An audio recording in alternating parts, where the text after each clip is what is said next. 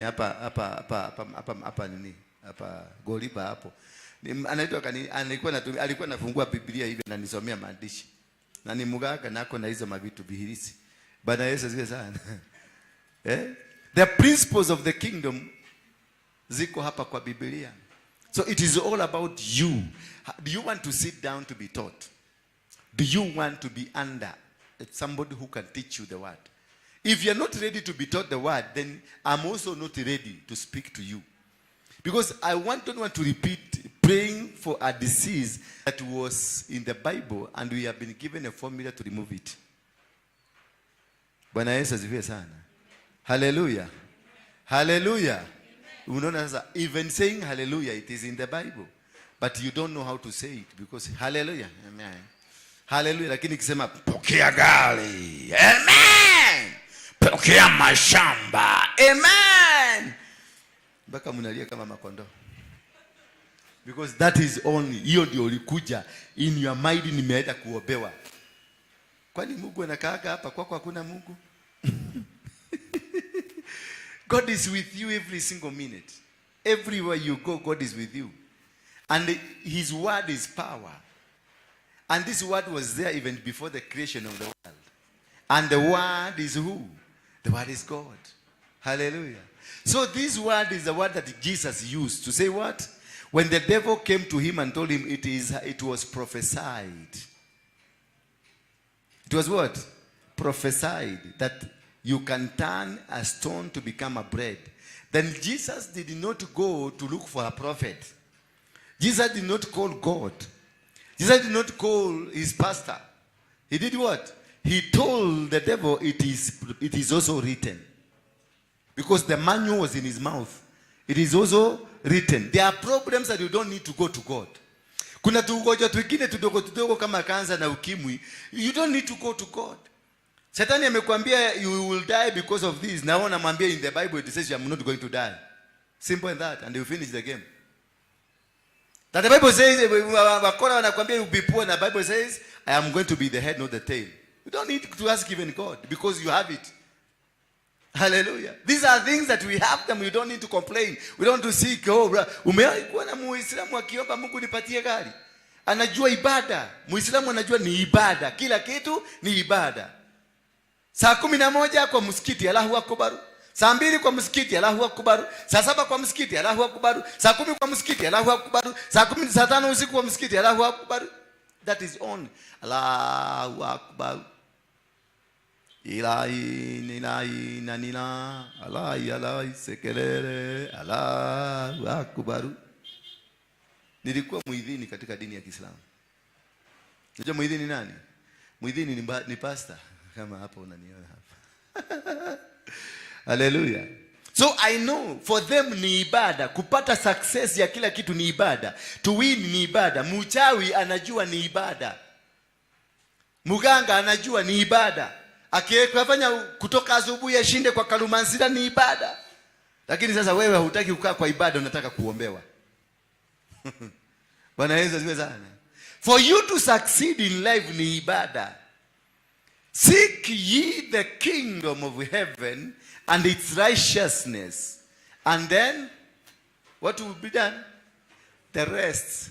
So whatever is making you cry, it doesn't have a name in heaven. Wameitwa the rest. Wamewekwa kwa gunia moja. Hiyo kitu unataka shamba, unataka bwana, unataka nini, unataka. Zimewekwa kwa gunia moja, zinaitwa the rest. Because God knows. Kule biguni inasema seek inajulikana, ye inajulikana, kingdom inajulikana, and inajulikana, na righteousness inajulikana. Ingine inaitwa the rest. Kwa hivyo hiyo kitu inakusumbua hata jina biguni haina. Kwa hivyo hata ukienda kuitisha wanauliza ni nini hiyo anasema. Ndio naonanga watu wengi walokole wameokoka sana, wao wanajua kuomba maombi mrefu ya usiku saa 9 usiku.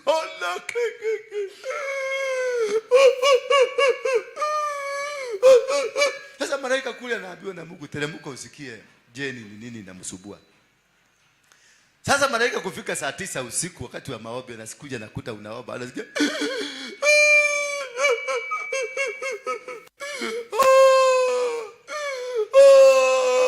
Sasa akasikiliza asiki kitu, lakini venye anasikia ni sauti ya puda. Bwana Yesu asifiwe sana. Ni sauti anasikia, hiyo ni puda. Sasa anarudisha ripoti, nikasema anaambia Mungu, Jeni hana shida, lakini huko ndani ni kama wanaishi na puda. Anasema aidhuru kama ni puda inapiga kelele, aidhuru wachana nini na yeye. Sasa wewe una shida, every night you do, oh my Lord, oh my Lord. Sasa wengine wanaobaga maubikina, baba. Sasa malaika akikuja atasikia ni nini? Ni masenge. Ziko wapi? Ziko huko. Bwana Yesu asifiwe sana. Kuna wengine, hata kuna mwingine alikuwa kana Bible, ukisikiliza haki unaona ni kuku hiyo.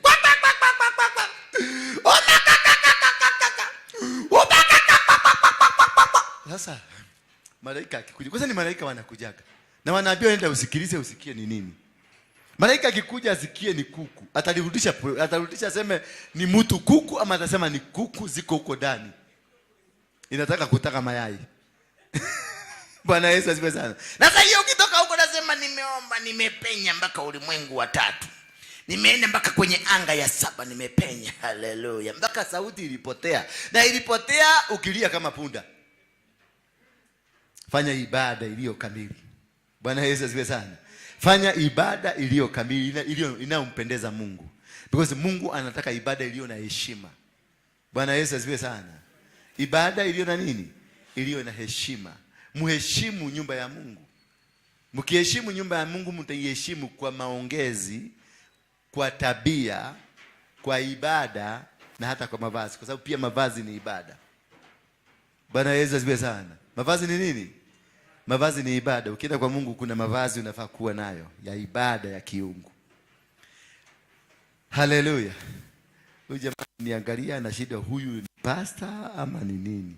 Kwa sababu kwao sasa hizi pastor angekuwa ameanza kuwaka moto. Sema ya kwamba mtaenda kubarikiwa, mtaenda kuinuliwa. Sasa unaenda kubarikiwa kupitia kwa nini? Baraka iko na process. Sasa ninakwambia utaenda kununua, unapata, unaona gari linakuja, naona mashamba, naona baraka. Sasa hiyo ni yes, gari itakuja, gari iko, hakuna mtu si tajiri dunia hii.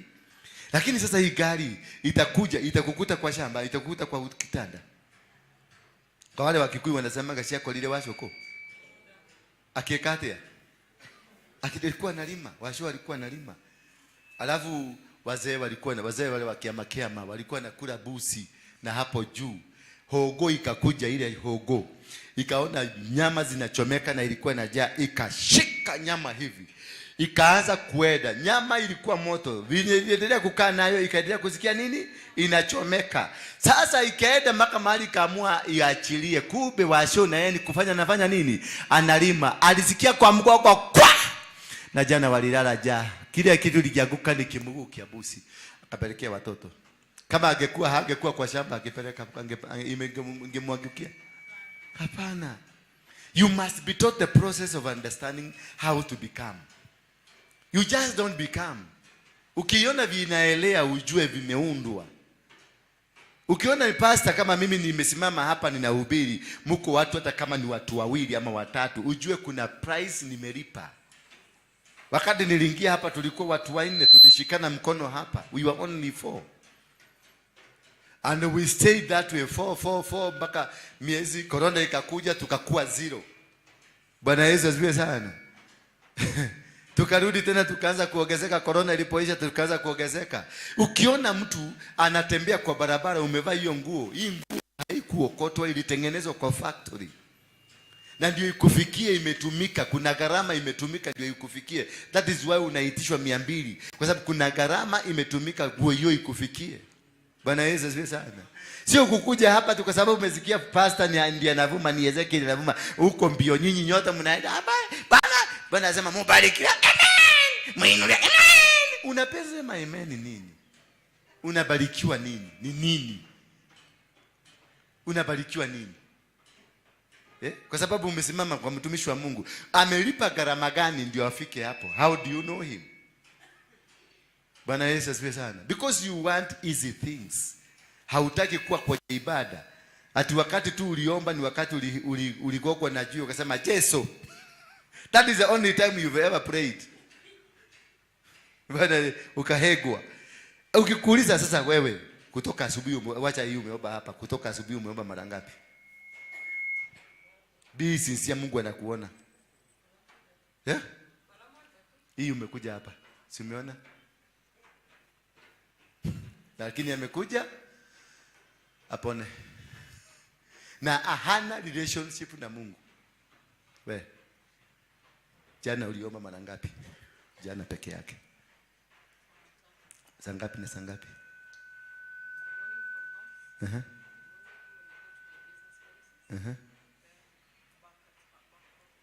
Back in the house. Na wewe Mungu anakuona. Jana peke yake. Tunaongea mambo ya jana. Mara 4. Wewe uliomba mara ngapi jana? Na huko kanisani unangoja uombewe mambo yako ikuwe sahihi. Wewe uliomba mara ngapi? Ulikuwa unaombea nini ya kwanza? Uliomba nini? Kushukuru. Na jioni ukilala. Na ukilala jioni ni wakati umeshika blanketi hivi. Umesukuma blanketi. Wewe uliomba mara ngapi jana? You fasted. Good. Tunasikia? We are limited. We are not, but if for you to win battle, the devil is not afraid of you who prays once. After uombe 6 hours once, the devil is not afraid of you. He doesn't care. He knows you are useless. Once unajua utamaliza saa 5 na uende kazi zako uweze kwenda. But if you are a Muslim is on fire, God is looking. The devil fears anything that is on fire. When you continuously keep yourself in prayers, on fire, the devil will not touch you.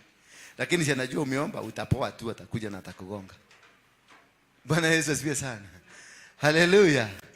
Let God fight your battles. That's my topic tonight. Let God fight your battles.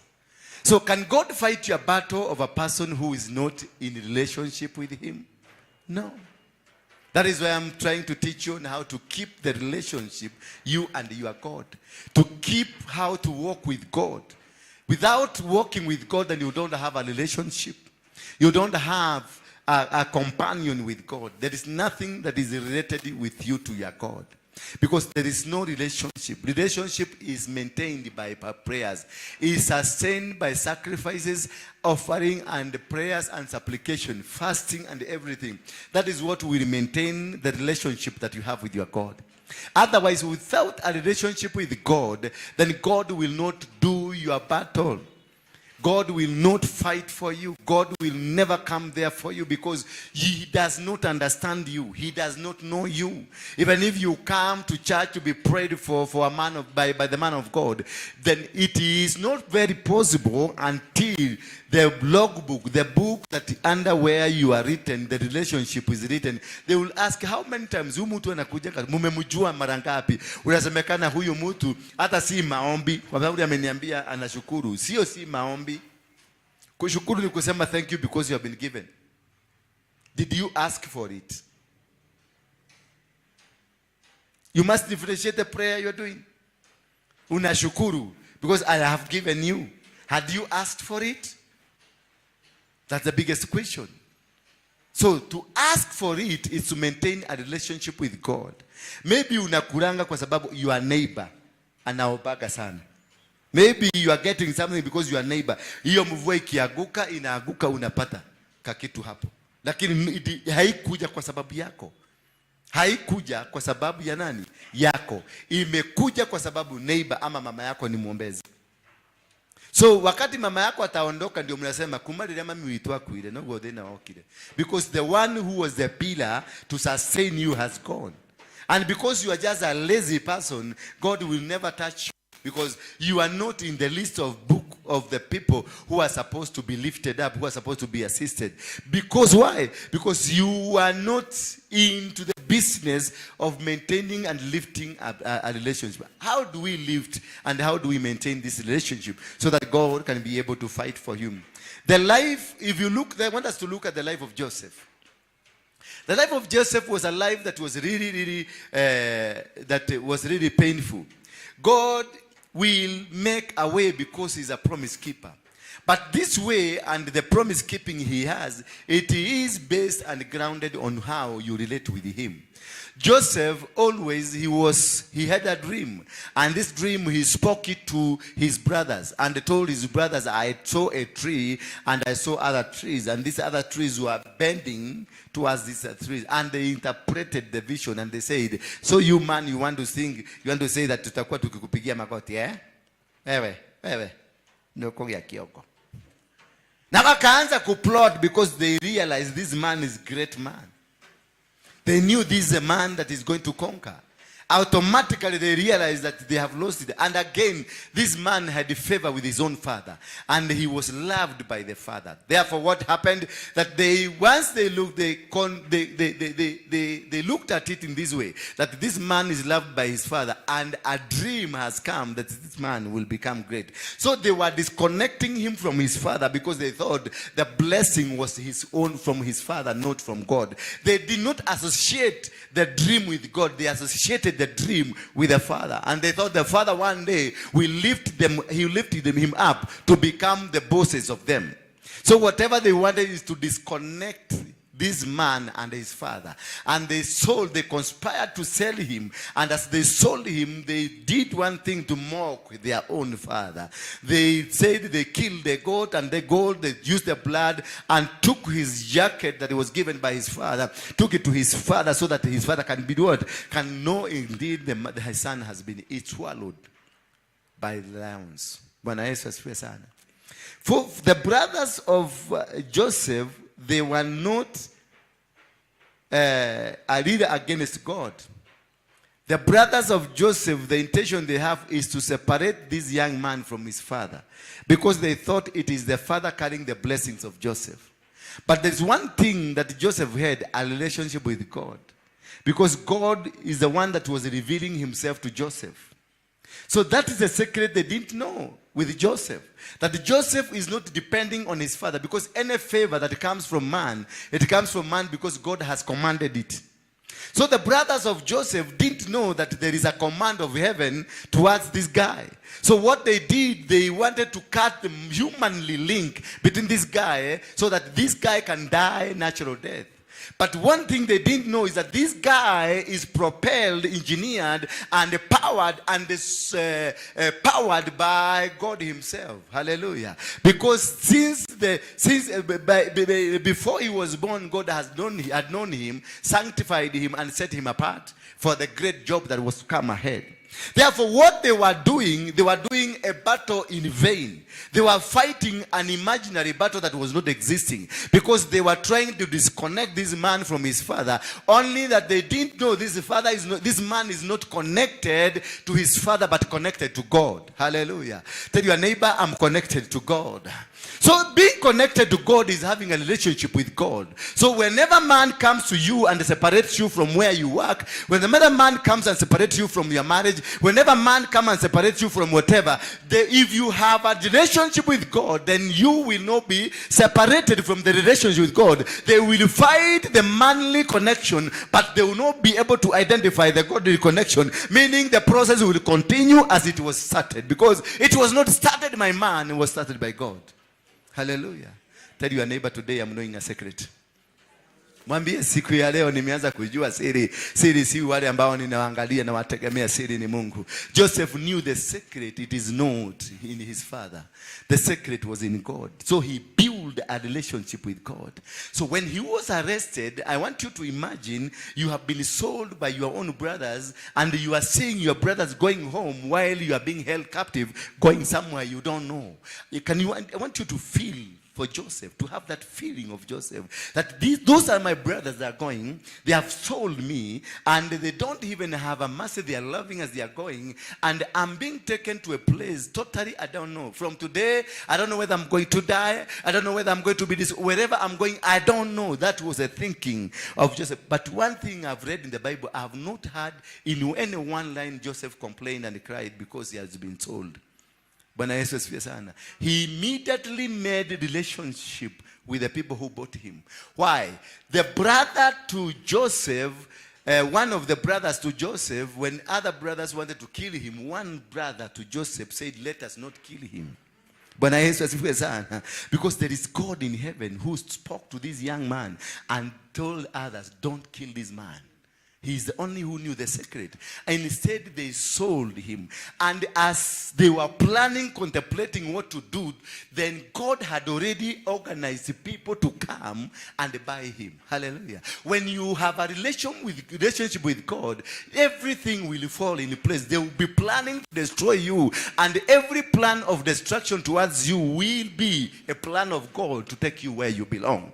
Bwana Yesu asifiwe sana. As they were planning and they were organizing everything, because they did have buyers, but when the mind of buying, selling came, the people to buy came. And when the people to buy came, they had extra money. Tell your neighbor, they had extra money to buy this gentleman, because this money was kept in their pocket, because God had a plan. I'm going to give you somebody, that this somebody, you're going to take him somewhere where I'm going to preserve him. That is when you have a relationship with God. There's a place God will always keep you. He will tackle. Then as they were going, Potiphar and the wife, God created a vacuum in their house and a desire to have somebody to work for them. Hallelujah. God already had put arrangement. As this man was sold, a problem was created in Potiphar's house. You see now? Immediately this man was sold. A problem was created somewhere so that this man will find an accommodation. Hallelujah. When you are walking with God, God will always provide a solution for your walking. Bwana Yesu asifiwe sana. As he was taken, he made a relationship, and this man loved him. The people who were supposed to take him as a slave, they loved him, and he walked with him. And he was taken to Potiphar's house, and he was accepted by this man, and he was given every responsibility to work there. So a responsibility by God was created in Potiphar's house for the sake of this man that has a relationship with God. I'm talking about a relationship with God. Hallelujah. Ask your neighbor, do you have a relationship with God? Ask yourself, do I have a relationship with God? Do you have a relationship with God? Ask yourself. Did you answer yourself? Did you answer? Did you find you have a relationship? What are you doing here? Well, you came here to be prayed for. What are you doing here? Hallelujah. If you had that relationship with God, you will not be here. You'll be at home doing something else, because you do not be having the problem you have now. Hallelujah. You'll be solving solutions somewhere. But because the relationship that Joseph had with God was a relationship that created solutions. Hallelujah. When he was in Potiphar's house and he worked really well, and he was given a beauty, not a beauty, a handsome face. When you are working under the eyes of God, the hand of God, when God is operating with you, everything and everybody will look at you and see some beauty. He will look at you and see the handsome in you. It is not because there's nothing that will have changed in your face, but there's a glory of God that always keeps walking with you. Bwana Yesu asifiwe sana. And inside the house, there is enemy, the same enemy that was in the brother, the same enemy that was with the brothers who sold him, appeared again in the form of a woman. Bwana Yesu asifiwe sana. And the woman now became the tormentor of this, because those guys, they were dealing with the destiny of Joseph. Your enemies are not enemy with you, they are enemy with what God has installed in you. Because had he not dreamed that dream, they would not have planned to kill him. They would have just remained the same way. But because he had a dream, they started working how to kill this dream. And God will protect his dream wherever you go. Whatever you do, whenever you do, and wherever you stand, God will protect the dream at whatever cost. Therefore, as he got into Potiphar's house, the same demon in the form of his brother reappeared in the form of a woman. And now the woman wanted him to sleep, because this guy was handsome. This guy was hardworking. The guy was brainy, he was a genius. And every woman would want to be associated with that genius. Every woman would want to be associated with that brave man. And this man, because he knew this is about my destiny, he refused the plans of the devil. Because he knew in himself, out of the relationship he had with God, God had to get into himself and cause him to refuse this woman. So it is this relationship that would what? Will cause your enemies not to touch you. The relationship with God will cause those people who want to destroy you, they will not be able to destroy you. You don't need a bodyguard. Me, I don't need a bodyguard. I've never had a bodyguard. Since the times of Mungiki, this now, I have no more bodyguard. I walk around. Sahi nimekuja na motorbike kutoka Rongai. But do I say? And I was comfortable because I felt this young man, nimupatie 100 hata yeye asikie bikula 500 ya mtu wako na mafuta. Bwana Yesu asifiwe sana. When I'm driving my big car, I'm not adding value to these young people whom I'm talking about. Hawa ambao nawazungumzia, they need to be lifted up. Hawa ambao nazungumzia, they need to be lifted up. If you're a man of God, you need to go down where they are and lift them up. If you're driving your Mercedes, then you'll never have a touch of those people. As he was to kwa nini, he kept talking to me, telling me, I'm feeling blessed. Kamuliza kwa nini? Kubeba wewe. Hata natetemeka nikamwambia wewe, you are carrying the prophet of God. Don't make a stupid mistake. Tuende mzu, don't tetemeka. Nikamtouch, nikamwambia pokea nguvu kutoka mbinguni. Hey, prophet of God, unataka kuua prophet hata kabla haja profesa dunia mzima. Amenilete hapa, ameniambia nimeenda kumpatia pesa, akaniambia no, sitaki. Nataka tu unibariki. Nikajua amerealize there is a sense to be blessed. And this man ni mtu wa chang'aa. Lakini ameona, amejua nikibeba mtumishi wa Mungu nitabarikiwa. So nikarudi kwa pocket, nikatoa 1000, nikamwambia hii sasa si ya kulipa. Hii nenda utafute ile kitu unataka kufanya ufanye. Bwana Yesu asifiwe sana. Because nimemhoji akaniambia venye wanalipanga 1500 ni 1000 kitu 1000 per day. Nikamwambia sasa niwacha nikulipie deni yako ya pikipiki this day. The man ameenda kishagiria, akifurahi. Ameniambia amefika Gong, amefuga kazi, ako kwa nyumba akifikiria. Na hataki hiyo anointing ikaliwe na mtu mwingine, atakaa nayo kwa pikipiki mpaka kesho. Hallelujah. You see, I have changed him. Na ananiambia Sunday I will come to your church, I will get saved. What if I was driving my car? What if I was driving my car? I would not have met that soul. I would not have changed that soul. That is, ndio mimi sirigagi. Mimi si kama wewe. Bwana Yesu asifiwe sana. Ambia mwenzako mimi si kama wewe. So, the same spirit that conspired to sell Joseph, the same spirit reappeared in the woman. And this woman now wanted to sleep with this guy because what was the target was not the man, but what was in the man. Bwana Yesu asifiwe sana. When you are facing the challenges, it's not the beauty that is in you. It is what is that is in you. The devil is not interested with your beauty. The devil is the most handsome man on earth. Because he has all the shapes. Ukitaka kuwa mzungu anakuwa msugu. Si anataka kuwa sugu. Si the same devil wako wa Kenya ndio wako wa America. Yeah? Kama ni pesa, you cannot, uwezi kutesa, uwezi kunani na shetani, uwezi kushindana naye. So whatever that you think you have, the devil has better than you. So he is not interested with what he has. He is interested with a destiny that he doesn't have. Hallelujah. Because in you there is a destiny, and the devil does not have this